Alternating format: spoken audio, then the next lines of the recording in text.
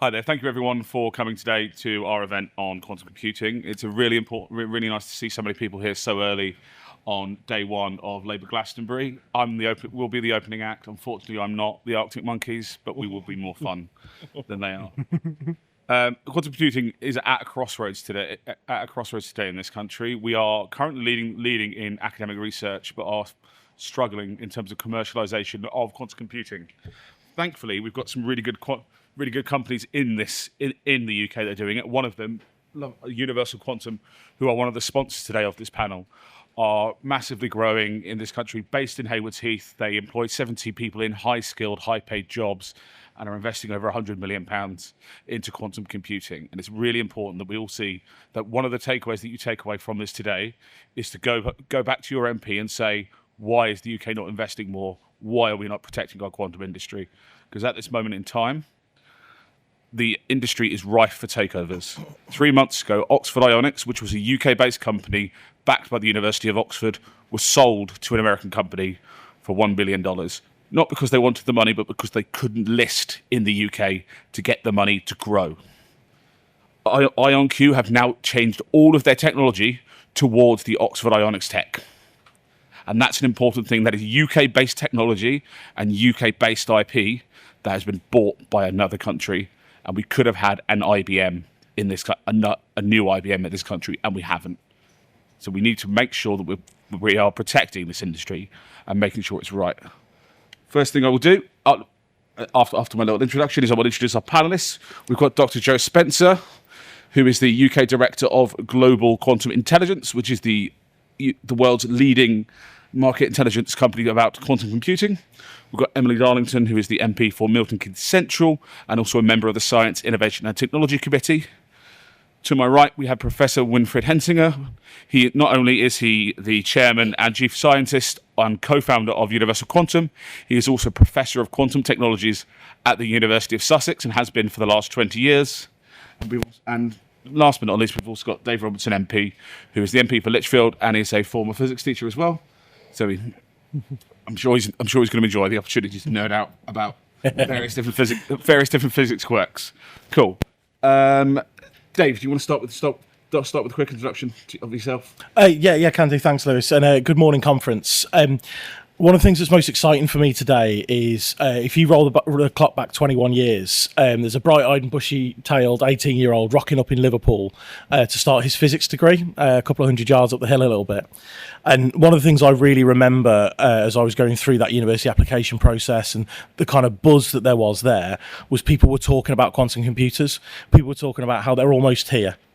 Nobody got anything close to a functioning unit yet, but there was this excitement that it was going to be there. And it's wonderful a couple of decades later to be here at Party Conference to be able to talk about actually how this technology, which is absolutely being promulgated and pushed forwards in the UK, and it's a wonderful UK success story about how we can take that. We can make sure we do the safeguarding that we've spoken about, but also make sure that we can use this technology to power our economy, to power our country, to power the world of the future right here in the UK. Cool, thanks, Dave. Winnie? Hi. For me, that journey started in primary school. I wanted to be science officer on the Enterprise and asked my mom, what do I need to do? That is a long time ago. Now in my lab, we use teleportation to move information between quantum computing and microchips. I lead a big research center at the University of Sussex doing the underlying research that powers essentially the quantum industry. We have a big doctoral training center with a first degree in the United Kingdom where undergraduates can from day one not just do the coursework, but they can actually get involved into the research, joining one of our research groups. So this is really, really exciting. It's a whole new industry sector for the United Kingdom. And the good news is we're actually leading. So US companies putting our technology on their roadmaps. We are literally like leading because the UK started in 2013 this National Quantum Technology Program. We have now the opportunity to create essentially here in the UK and NVIDIA to create quantum Silicon Valleys to really commercialize this technology. I'm super excited. This is always what I wanted to do. And I feel this is also something where as a country, we have this one-off opportunity to really glow and to become that high-tech nation. And I want to say one more thing. I also was a big James Bond fan. Q was one of the really cool things. And just to a few weeks ago, I had the opportunity to have dinner with a real Q, and for me, this is what Britain is all about, to really get high-tech technology out there and to make us a global leader. Cool, thanks, buddy. Emily? Hi, my name's Emily Darlington. I am the MP in Milton Keynes Central, which is where that bit is located of HMGCC. It is fascinating. Some of it's been declassified now, but it doesn't matter who you talk to. If you talk to GCC, too many acronyms, or the RAF, or some of our biggest brands, Quantum is where it's going to absolutely transform and revolutionize. And it's not just for us in terms of making the money off of it, but it's the security that we need for it to be sovereign technology.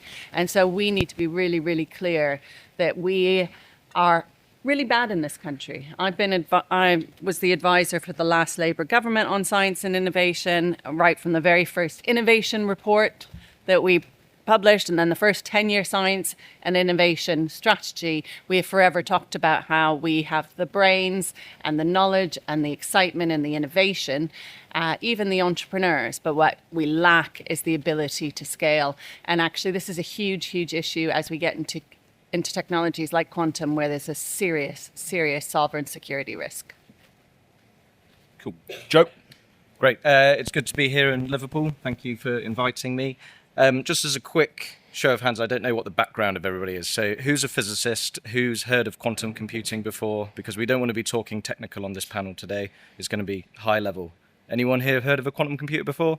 Oh, wow. Okay, that's very surprising. I think they would have come if No, they might be interested. Yeah. So my job is to explain that quantum computing isn't hype. It's not like nuclear fusion that's always going to be 10, 20, 30 years away. Quantum technology is coming. It is here now. You can buy quantum systems off the shelf and use them for business advantage, defense advantage, on the front line of the NHS with sort of magnetic imaging devices, etc. So quantum is here, and it's really important that we ensure in the UK that we educate future workforce to make them, get their quantum skills ready, and ensure that the UK maintains a leading position. We've been writing the roadmap for quantum for the last 10, 12 years, since 2014, since it first came out. And we've been leading on that, and now we need to execute and deliver on that. Cool. Thanks, everyone. Thank you as well for your contributions so far. I'll be asking four questions to the panel, and there'll be 2-minute responses each, and then we'll get on to some audience questions as well. My first question to everyone is, quantum computing is at a crossroads at the moment. Companies are massively growing in terms of output and valuation. How do we protect British quantum companies from being taken over by other countries? I'll go to Dave. Dave first? First again, I'm very lucky. I'm not an economist. I'm not going to sit here and try and pretend that I am, but I think we all know that one of the issues facing businesses right across the country, whether they're in the quantum space or elsewhere, is actually the ability to get capital in. That investment is so important, and I speak to numerous companies across my patch up in Staffordshire where actually these really big, important pieces of infrastructure are owned by American hedge funds, or they're owned by Australian pension companies, or they're owned by these large institutional investors. One of the things I think that the Chancellor's already done is taken some steps on UK pension funds to make sure that they're better able to invest in things like the technologies of the future. That's a really welcome step, because it's going to mean that actually British pension funds can be investing in British startups, can be investing in technology that we've got here, and make sure that we are keeping that sovereignty there. There is a lot more to do in that space. Like we're seeing green shoots, we're seeing a chancellor that really gets this, that really understands the value of that investment remaining within the country and driving internal investment. That's really positive. I think we need to do more in that space, and also be looking at things like listings, because once upon a time the London Stock Exchange was the envy of the world. We need to make sure that it is again. We need to make sure that actually all of these high-tech companies, these cutting-edge industries, can be listed right here in the UK, and we can make sure that this is the place where you come to do business for quantum tech. Cool. Joe, do you want to go next? So I'm not going to necessarily answer the question of how we prevent companies from being purchased, but I think what we need to do is really understand what the risk of this is. So we have I can't remember off the top of my head, a couple of dozen startups in the UK focus on quantum computing, more on other technology modalities like sensing and timing. One thing we need to do is really understand what our capabilities are, and then what the risk of losing that capability is. So how many people do we employ, and what's the potential for, in terms of like the market value loss? So we, GQI, we run a market model, and we kind of predict quantum, with the current 2.5 billion investment into it, is probably going to have an NPV of about 260 to 270 billion by about 2045 or so. So that's the market that we can lose if we don't do anything about it.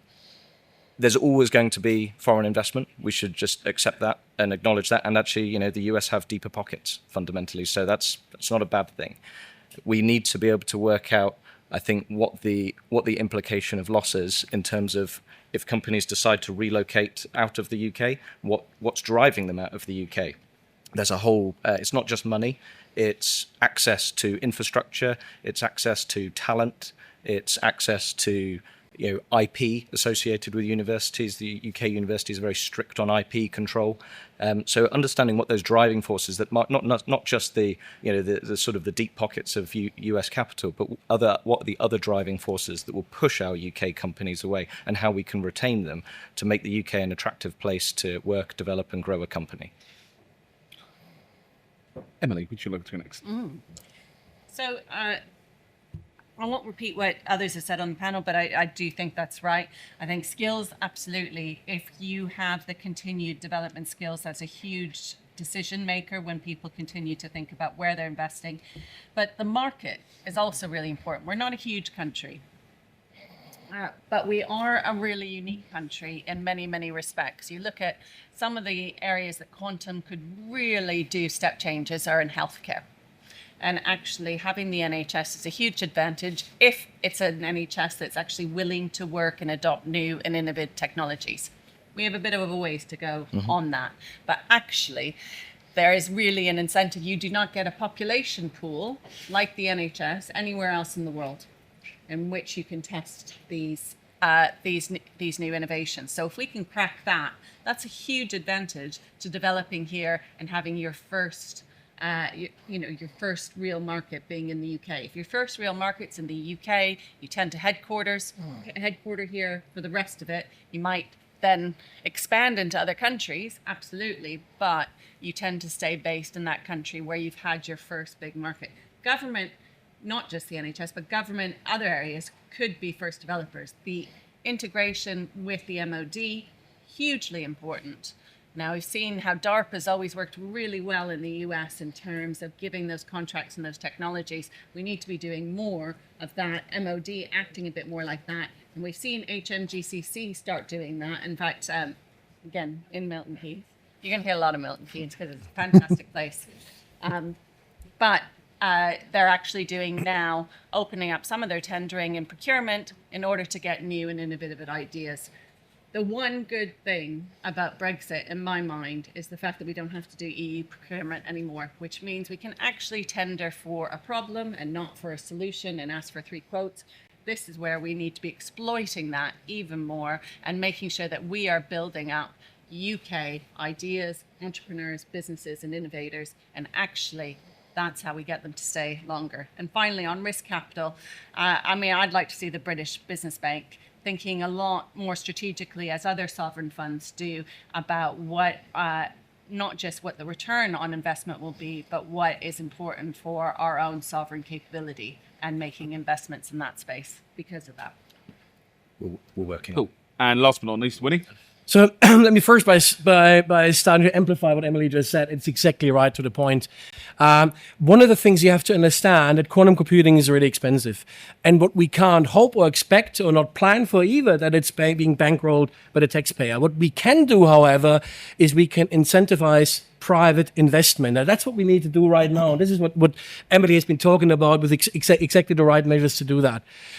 We need to enable British companies to showcase their technologies. So government acts as the first customer and enables British companies to then get their technology out, just like in Germany, like the ICE trains that are started in Germany that are now running all across the world because they're enabled to showcase how that technology works and now it can be exported. So something similar we need to do here. We really need to start with creating a whole ecosystem. So in Greater Brighton, we are just in the process of starting a whole Sussex Quantum Silicon Valley, because it has to start with education, it has to start with subsystems developers. It's not just quantum companies, it's the engineers we need. At Universal Quantum, we're going to hire 100 more engineers, electronics engineers, just next year. So we need to get the skills pipeline ready. We need to assure that we build facilities, and that also means we create truly UK sovereign capability, which enables us to in this new place in the world where things are different, where enables us to have real quantum computing capability that we need as a country. But we also have a way to show future customers the merit of this technology, and that would enable us to leverage private capital. And that's what we need to really grow very large. And so the government really has to role here to essentially catalyze this evolution, catalyze this new industry sector, and take it away from essentially an academic entity like the NQCC and create instead big economic delivery zones, innovation superclusters that bring together everything from skills, from all the companies to the quantum companies to education, physics teachers, universities, bring all of that together to then grow this new industry sector. Thank you very much, everyone. As lots of different points, but very clear for everyone.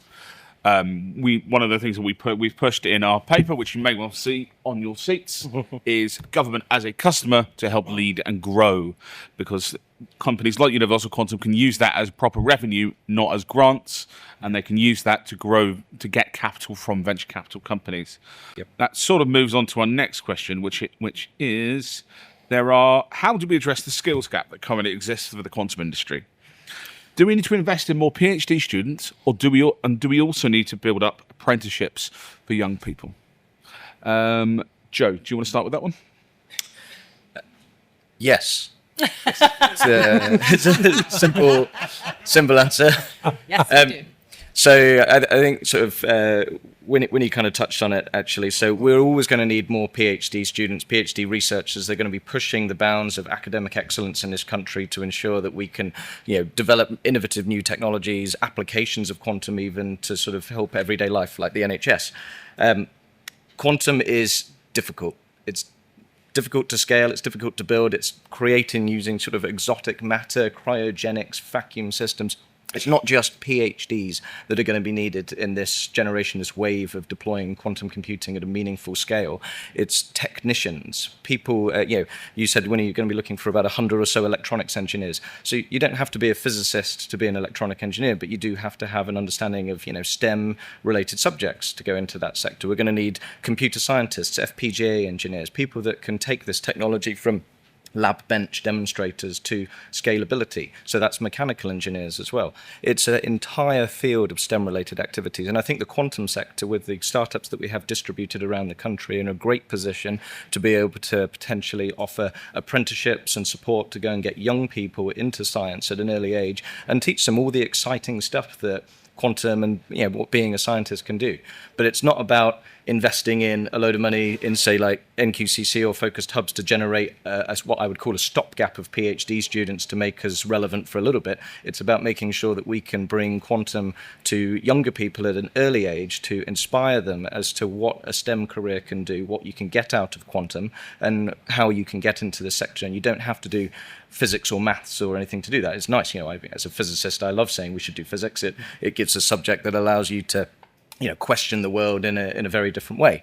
But for utility scale quantum computing, we're going to need a bunch of other skills as well. And we need a way to bring these people in. I'll talk later about the anecdote of how to pay these people in there, but I'll pass over to somebody else to finish off now.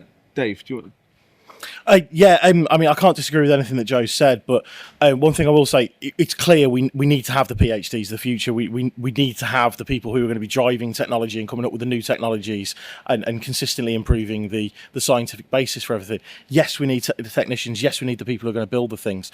But I think we've got to go back. We've got to go earlier. We've got to recognise that right across the physics piece, right across every different level of industry, we've got a massive gender gap still. I mean, look at our panel. Like, who would be surprised that it's yet again, it's a quantum panel, it's 4 blokes and 1 woman, because we know that that's where we are with physics. And decades and decades and decades. I mean, I started teaching in 2008, and we were talking then about the need to close this gender gap. And it wasn't a new conversation then. We've got to make sure that we're doing that. We've got to make sure that people right across the country can see themselves working in this field in the future. And that doesn't necessarily just mean people who are at university. It doesn't necessarily just mean the people who their natural path, they've always thought about, I'm going to go to university and do this. We need to reach out to every part of the country. We need to reach out to those areas where they don't feel that they've got the opportunities that some places do. It's wonderful that we've got it in Sussex, but yet again, it's the southeast. And we've got to make sure that we close those gaps. Just in my constituency, I've got the city of Lichfield itself has got the highest download speeds in the country. It's a really affluent area. 4 miles up the road, the other town in my constituency, the town of Burntwood, it's not as affluent and it doesn't have those download speeds. And it's, if you were going to start a quantum tech, if you were going to start a new startup in this space, you'd obviously go to where the infrastructure is better. But we reinforce these problems that we face right across the country, and that's a very micro scale here. It's been great to see that we've got the new announcement yesterday about the Northumberland AI investment zone. That's great because it's obviously going to be driving that growth into where it needs to be.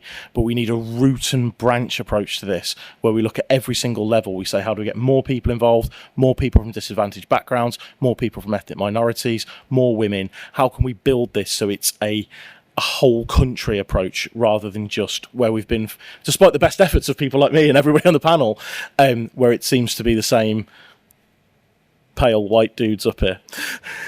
Oh, yeah. Oh yeah, the winning. Yeah, I've got some very strong views on that. So let me start by and very much in agreement with what you just said. So let me just start. Vacuum systems are really important in quantum computing. They essentially are the one of the key subsystems to build them. Anybody knows in the audience where's one of Europe's largest vacuum company clusters, possibly in the world? Anybody knows? It's East Sussex. It's an economically deprived region, yet it has Europe's largest vacuum system company cluster, delivers vacuum systems all across Europe to many of the quantum computing companies. Nobody knows about it. You know who doesn't know about that either? The apprentices in East Sussex don't know about it either. They struggle to even get apprentices. The word isn't out. Our undergrads don't come to study STEM subjects. They study all sorts of other things. They don't actually realize the opportunity that is being given. And yes, coming back to the white man in quantum computing, it's utterly terrible.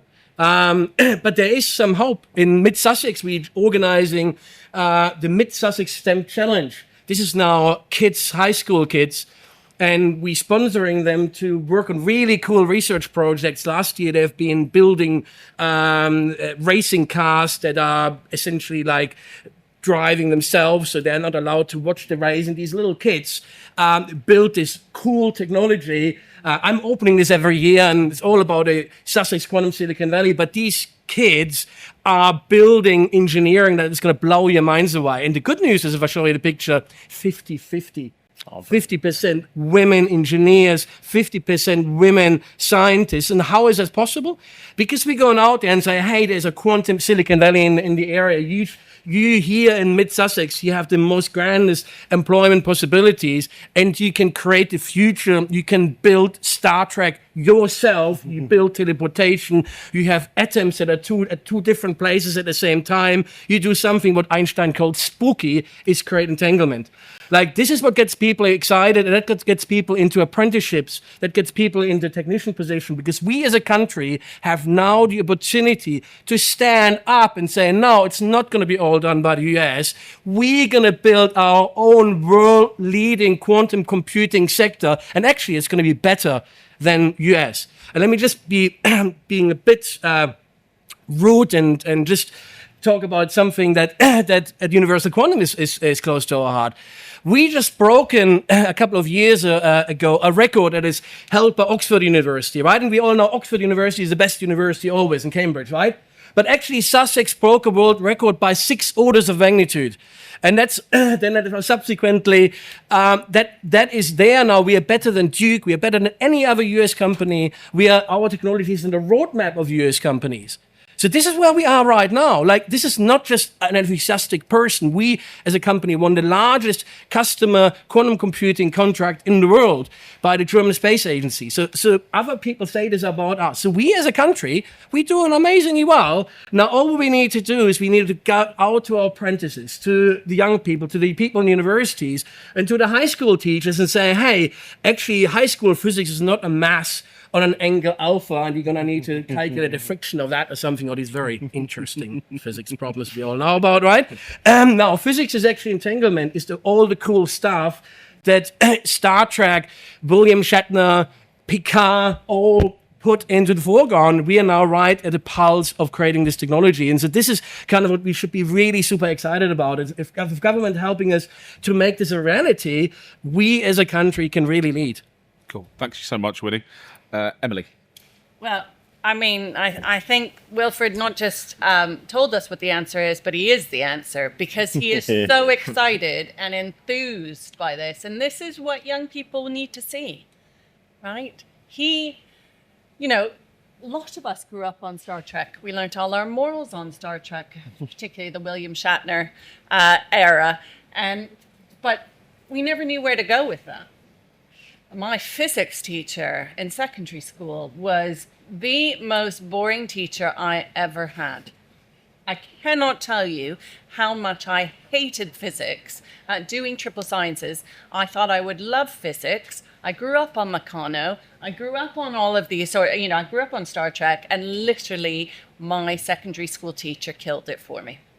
Absolutely killed it for me. Now, if we could just get you into every classroom.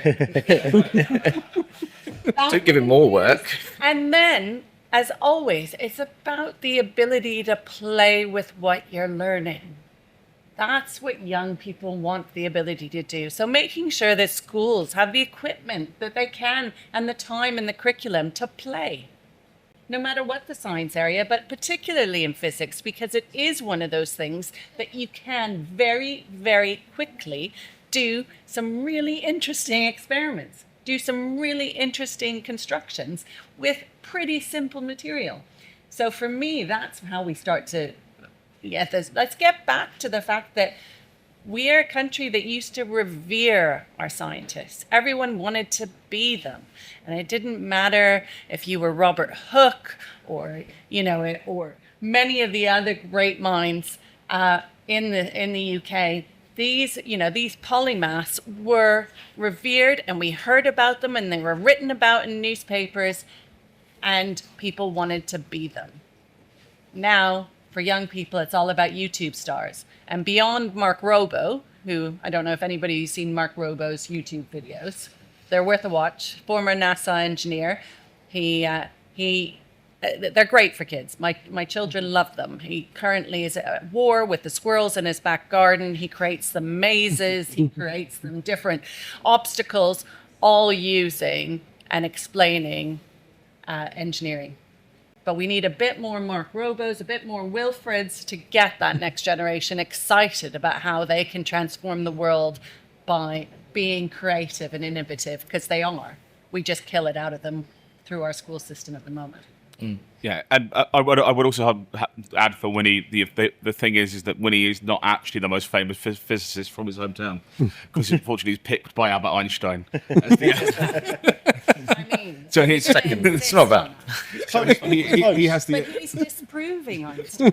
He has the classic Mark Waugh problem of only being the second best, even when he's exceptional. If anyone follows cricket, they'll get that reference. Question number 3 that we'll ask, and then I'll move it out to audience questions, because we sort of answered the before answer what we're going to do with about work for young people. How do we build a quantum security ready government with the potential for Q Day arriving earlier than expected? For the benefit of the audience, I will also briefly explain what Q Day is.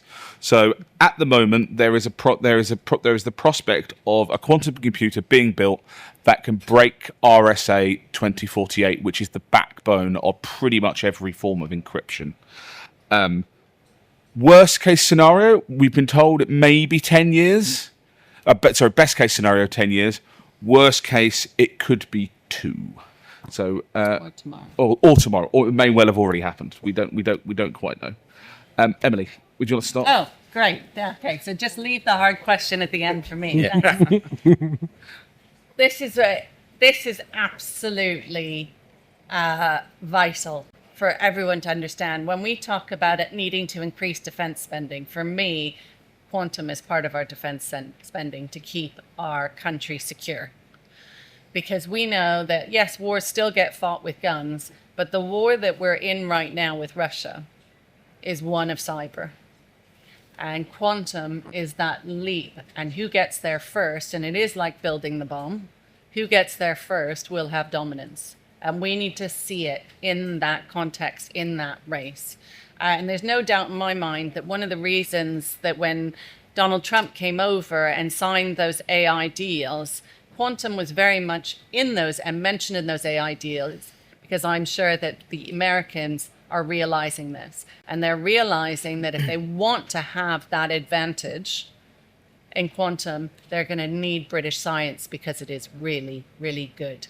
Now, we cannot afford as a country to do the science, have it bought up and commercialized by the Americans and then sold back to us at 1,000 times, million times the cost. We need to be developing that sovereign capability because it is about our security. It's not just about the economic, great economic opportunities, great, but actually it's absolutely essential to security for ourselves and security in Europe that we do not get beat to the post on that. Cool. Sorry, was that too? Yeah, no. Well, it's what we need. Joe. So I'd like to bring up another threat or opportunity. So we have the quantum security. We don't predict 2027 as that Q day. We say that is the date that we should at least start planning as the most, what we call reasonable worst case. So how long does it take to go and overhaul critical national infrastructure in terms of implementing new cybersecurity algorithms? I don't know, probably a long time, but we need to start this planning now. There are other threats as well that quantum has a solution for. We see a lot more GPS jamming globally now. There are satellite constellations that can turn off GPS to a large portion of continental Europe. And if we lose GPS, that's about £1 billion a day lost to the UK economy. Quantum, on the other hand, does offer a solution to this. So we can navigate using quantum sensors, quantum PNT solutions. So it's not just the cyber threat. There is a real threat out there. There are state actors that can develop this technology and implement it and weaponize it against us. We are proposing that we need to act now to secure our critical national infrastructure. So there are algorithms called PQC algorithms. You can all Google it, look it up. Some clever people at NIST in the US, in collaboration sometimes with UK cybersecurity authorities, have said this is what the solution is. You can implement this. We've just got to do it. The challenge for us as quantum scientists and what we're doing with Labour Tech is communicating that threat to people to make sure that they understand that it's not just a thing that might happen or, as I said earlier, the nuclear fusion, it might be here in 10 years. It will come, and we need to be prepared for it. Cool. Winnie? Good. Let me start by saying the most important thing that have actually been said by Emily just earlier. So what I'm saying is only second as important, but still very important. And let me start by asking who knows where the National Quantum Computing Center is, the NQCC? Anybody knows where that is? Yep, Lenny knows. Okay, we have one person. I'm going to give you the answer now. So it's in Harwell. Who knows where Harwell is? Hands up. Okay. So if we want to prepare for Q Day, we have to embed quantum computing into society. So The fact that only 2 people in this room even know where Harvard is kind of tells you part of the problem. If we're going to put quantum computing in a science bunker, then that's exactly where it's going to stay, and none of you guys will actually be learning anything about it. Neither government entities will learn about it. Nobody will learn about anything about that. Where quantum computing needs to be, where all the big user companies are, where Rolls-Royce is, where American Express is, where all the British transport companies are, where the British pharmaceutical companies are, because they're going to need to use it. And Oxford Economics predicts that quantum computing enhances productivity in most industry sectors quite significantly, on average by 8%. I think pharmaceuticals by up to 50%. So these are the numbers. Now, if we want to actually realize that, and if you want to also educate government to get prepared for Q-Day, we're going to have to create zones that are economic zones that really help society adopt quantum computing and also bring people into quantum computing. It means also we train government departments, all the different stakeholders, and not just government departments, there are companies. Some of you guys might have a company that will certainly be affected by the emergence of quantum computing. Now, and if you want to learn about that, you shouldn't have to travel to Harvard just to go on a mission, but you should be able to go within your region to a place where there's a company, where there's a subsystem manufacturer, where you can really learn, where there's a university about all that. So being prepared for Q-Day also means to really integrate this technology into society, enable stakeholders from companies, subsystem manufacturers, primary school students. All of these are important key stakeholders that we need to bring in. If we don't bring them in, we will not be prepared for Q-Day. Yeah, cool. Thank you very much, Winnie. And last but not least, Dave. Cheers. I mean, Q-Day sounds terrifying, doesn't it? I mean, we've just heard from the panel. I'm actually quite looking forward to it because it might be our last chance to get Boris Johnson's WhatsApps from lockdown. I mean, all joking aside, though, we should be terrified about this, and we absolutely should be terrified about it because some of the consequences that could come from this should be really concerning. I think there's a real job for people like me and Emily actually to go out there and win this argument. Good news in the spending review is that the Department of Science, Innovation and Technology had the biggest percentage uplift of any department across the spending review period. That's really important. But it's down to people like me and Emily to go in and try and win that argument with Liz to make sure that that's getting invested in the places where we really need it. The news about uplifting defence spending to 2.5 and then beyond is really good. That's really positive. That's where we should be as a country. But again, it's down to people like me and Emily and other MPs and other parliamentarians to get in there and win that argument with John to say, yes, it's really important that we're investing in some of the more traditional forms of defence, but actually, if we can't make sure that we're ready for Q-Day, a lot of the rest of it isn't going to matter because the systems that we rely on, the GPS, the tracking, a lot of the electronic systems which are integral to some of that more traditional defence infrastructure is so reliant on things that will become completely unreliable when Q-Day comes. So there is a huge job for people like me and Emily. We might have to find another few people to back us up on that one. But it's a job that we need to do, but it's really positive, I think, that we've got this event here today. It's really positive that it's so well attended, even it being the kind of first session of the day, because this is where we need to be as a country. And yeah, I'm confident we can get the government there as well. Cool, thanks, Dave. I'm conscious that obviously people will want to get to other panels, so if we just do a couple of quick 1 minute answers to some questions, and please questions, not statements. I am the world's worst person at doing this, so I will cut you off if I think you're doing a statement, not a question. Can I have gentleman at the back, please?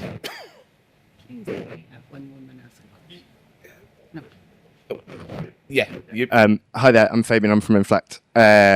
Just a quick question, really boring question, which is about money and capital. All of the proposals that we heard about today involve massive amounts of pooling of capital, whether it's British Business Bank or sorting out more PhD funding, all of that stuff. Yep. Very tight fiscal situation. How do you get the government to a place where it's comfortable doing that and the bond markets don't freak out? Cool. And then the lady that's in front of him, you had your hand up, didn't you? Yeah. Yeah. Hi, yeah, thanks. Also from Sussex, by the way, but a woman, so that's good. It was a question. Our company recently did a report looking at the ISCF on quantum, and there was a real issue that we have within our supply chain in the UK. And I'd like to think also about that and reflect on it. If you could reflect on that from the skills perspective too, we are notoriously bad in our innovation systems at moving through to actually deployment and take up, and so that supply chain is also quite an important part of that. So I would like to know a little bit more about what your thoughts are on how to improve that supply chain. Cool. If we take those two, and if we've got time, if we've got some more time, you can, and everyone can talk to anyone. So, Winnie, do you want to take the one around supply chain? Yeah. Winnie and Joe, if you want to talk about supply chain. Yep. I'll get our MPs to talk about Portland Capital. Right. I have one sentence answer on the capital as well, but supply chain absolutely critical. You cannot build quantum computers without a supply chain, and so a quantum economic zone has to include the supply chain. That's why we work in Sussex, for example, with a big vacuum and mu metal company cluster, which is incredibly critically important. Electronics engineering companies, chip manufacturing. So we need to bring that in. So any kind of action by government has to connect supply chain. The ICF was actually a very, very good tool. It was just too short, 3-year span, and not really a long perspective, but the principle was very good. And just my one question answer to you, and then I'll pass over. It's about leveraging. It's really about enabling government capital to multiply or triple or quadruple the funding. And you can do things that will not multiply that will go into science bunkers, or you can do things that will multiply that capital, and we need to pick the later. Cool. I just add a comment on the supply chain. So we've actually, at Global Quantum Intelligence, we've mapped out the supply chain nationally, internationally, across the whole quantum ecosystem. So everything from where you buy elements from, where you get lithium as a byproduct, lithium or rubidium and various rare earth elements, to macroscopic scale tools. And we look at the UK supply chain. One thing we think governments and nations need to do is understand this map. So when you look at a quantum computer, know what it's made of, know where you get all the bits and components from, where you are reliant on, foreign other countries, what you have to import, and also understanding what comes under export control. So even a modest size quantum computer now has export control under, I think it's around 32 qubits or something is that right? Yeah. We've mapped out the supply chain to look at this down to a very tiny level, so more than happy to talk to you about that. Yeah, yes, you can, come take my card. Dave.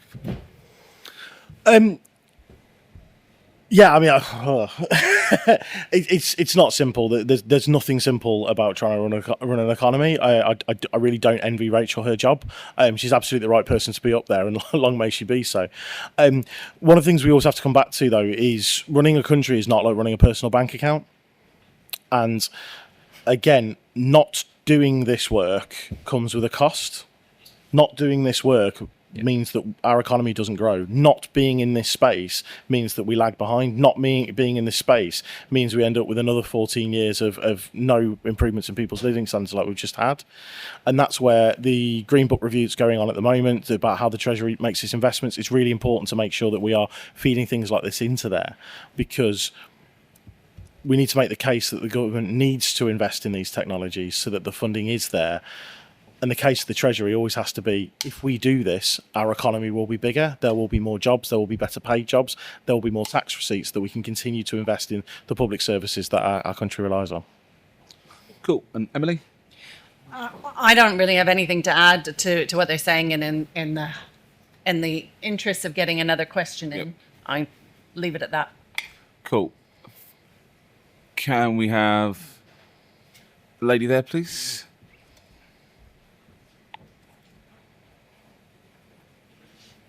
Hello, from Scientists for Labour. My question is quantum computing the answer to Moore's law sort of plateauing?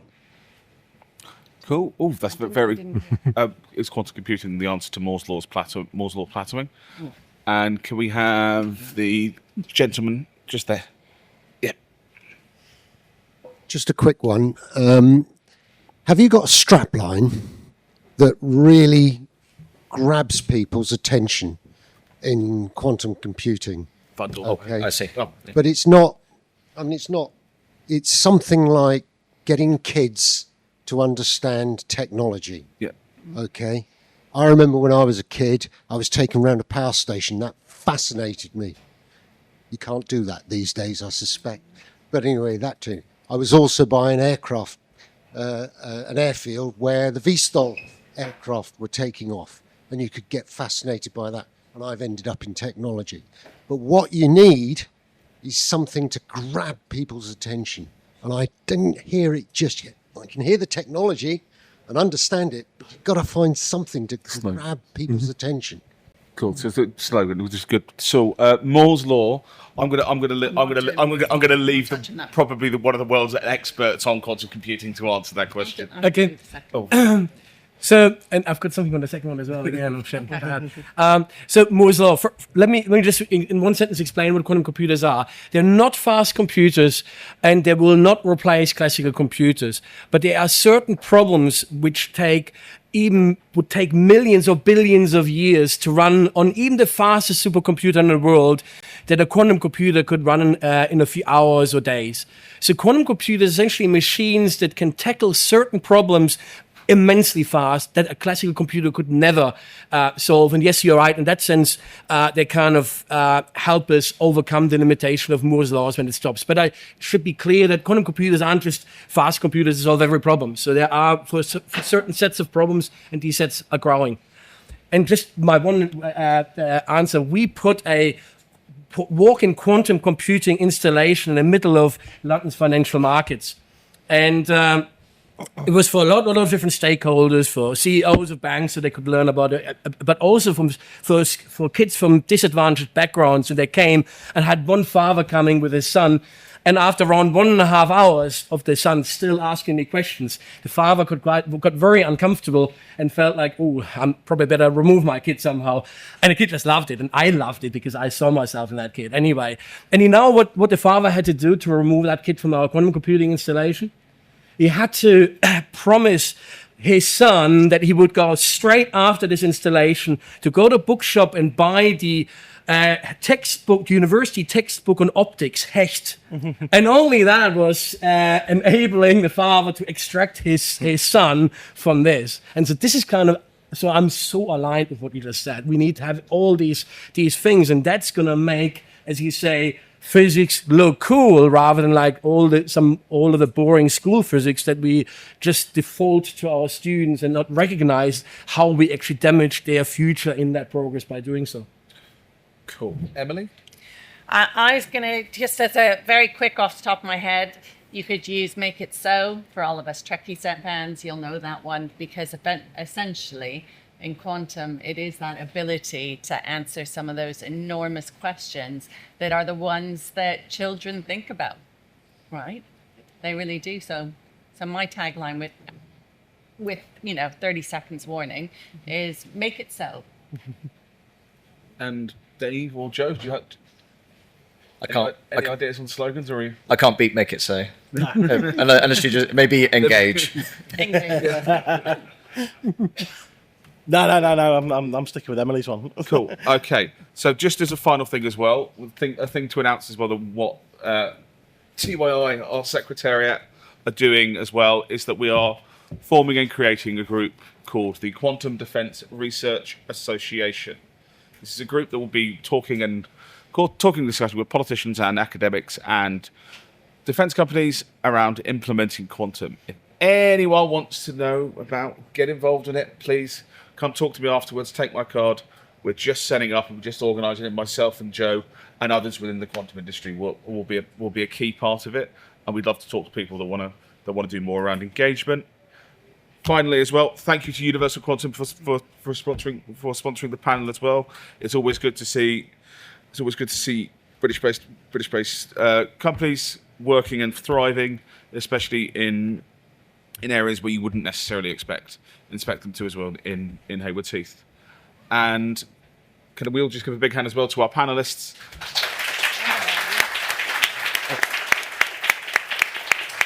And then